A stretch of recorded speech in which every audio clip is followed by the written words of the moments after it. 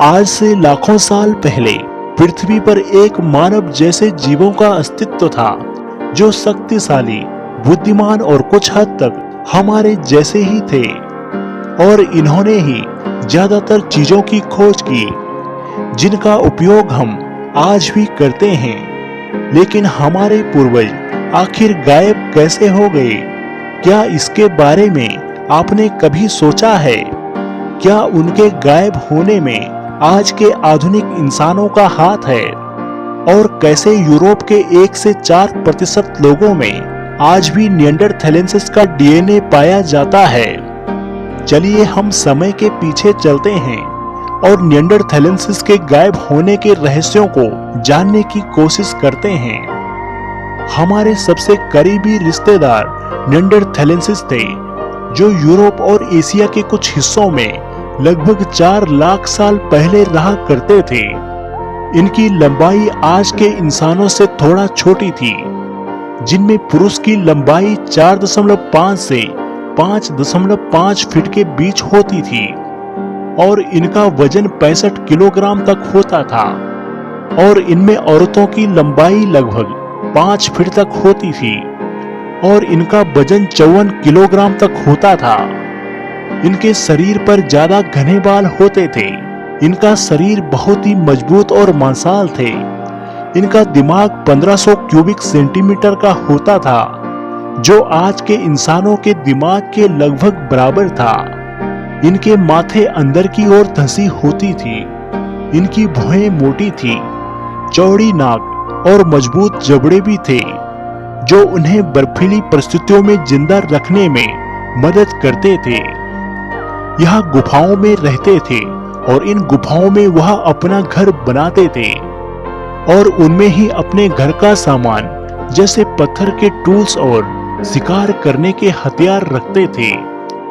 इनके गुफा अक्सर काफी गर्म और सुरक्षित थे, जहां वह ठंड से बच सकते थे। वे लोग आग का उपयोग करते थे, जिससे वह अपने आप को गर्म रख सके और जानवरों को मारकर पका सके। शिकार करने के लिए उन्होंने पत्थर, लकड़ी और हड्डी से बने हुए औजारों का इस्तेमाल करना शुरू कर दिया था, जैसे भाले व हड्डियों से बने औजार। मारे गए जानवरों को वह अपने गुफाओं में पकाकर खाते थे। यह ज्यादातर मांस खाते थे, जिसकी वजह से वह हमसे ज्यादा ताकतवर थे। इन्होंने सबसे पहले सजावटी वस्तुओं को बनाना शुरू किया, गुफाओं पर चित्र बनाना शुरू किया, आग का प्रयोग किया और उन्होंने सबसे पहले मृतकों को दफनाना शुरू किया। और यहाँ तक कि निएंडरथैलेंसिस ही सबसे पहले वे इंसान थे जिन्होंने कपड़ा पहनना शुरू किया। यह लोग जिस जानवर को मारकर खाते थे, उनके खाल को खुरचकर साफ करते और फिर उस खाल में छेद करने के लिए हड्डी की बनी हुई सुइयों का उपयोग करने लगे और अंत में ढीले ढाले कपड़ों को एक साथ बांधने के लिए जानवरों की खाल का इस्तेमाल करने लगे। इनका जीवन काफी फिजिकल था और यह अक्सर शिकार को ढूंढते रहते थे। निएंडरथैलेंसिस में पुरुष और औरतों का काम अलग अलग था।